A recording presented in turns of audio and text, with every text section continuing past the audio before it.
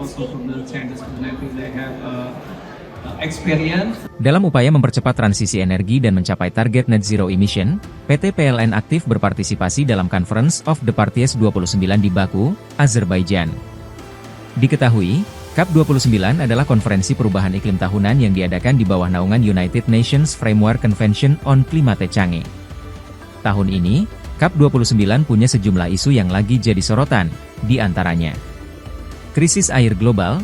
Banyak negara menyoroti pengelolaan air akibat kekeringan yang makin sering terjadi karena perubahan iklim.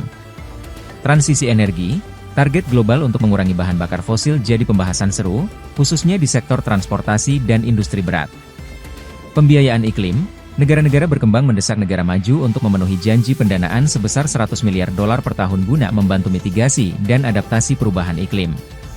Keadilan iklim, isu ini menyoroti pentingnya dukungan kepada negara-negara kecil yang rentan terhadap dampak perubahan iklim. Indonesia juga punya peran besar di COP29, salah satu targetnya mencapai net zero emission pada tahun 2060. Kepada tribunambon.com, Wakil Presiden Eksekutif Perencanaan Sistem Listrik PLN, Warsono M. Martono, mengungkapkan bahwa PLN memanfaatkan forum internasional ini untuk membangun kolaborasi yang lebih erat dengan negara-negara lain. Salah satu fokus utama PLN dalam COP29 adalah pengembangan energi terbarukan. PLN melihat potensi besar dari berbagai sumber energi terbarukan seperti air, panas bumi, surya, dan angin.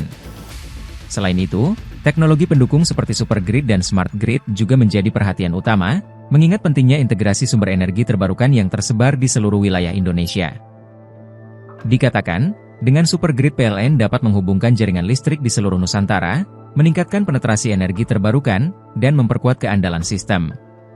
Warsono berharap COP29 dapat menghasilkan kesepakatan konkret yang dapat mendorong negara-negara maju untuk memberikan dukungan lebih besar kepada negara-negara berkembang dalam upaya transisi energi.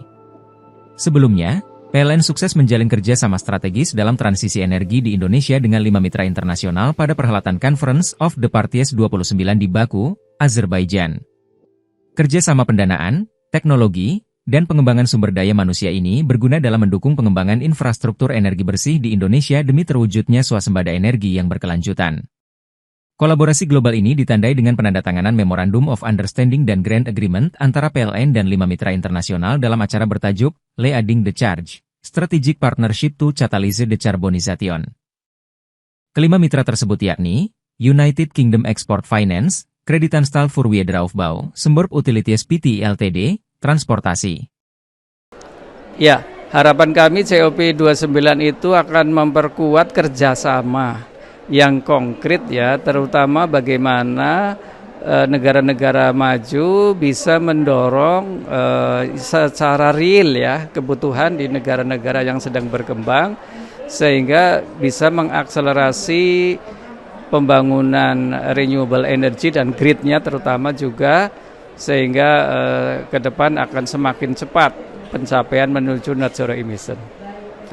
And Anshun, thank you very much for sharing some source of finance, introducing to all of us an instrument that we can actually. Thank you so much to share a bit of knowledge on. Download Tribun X sekarang, menghadirkan lokal menjadi Indonesia.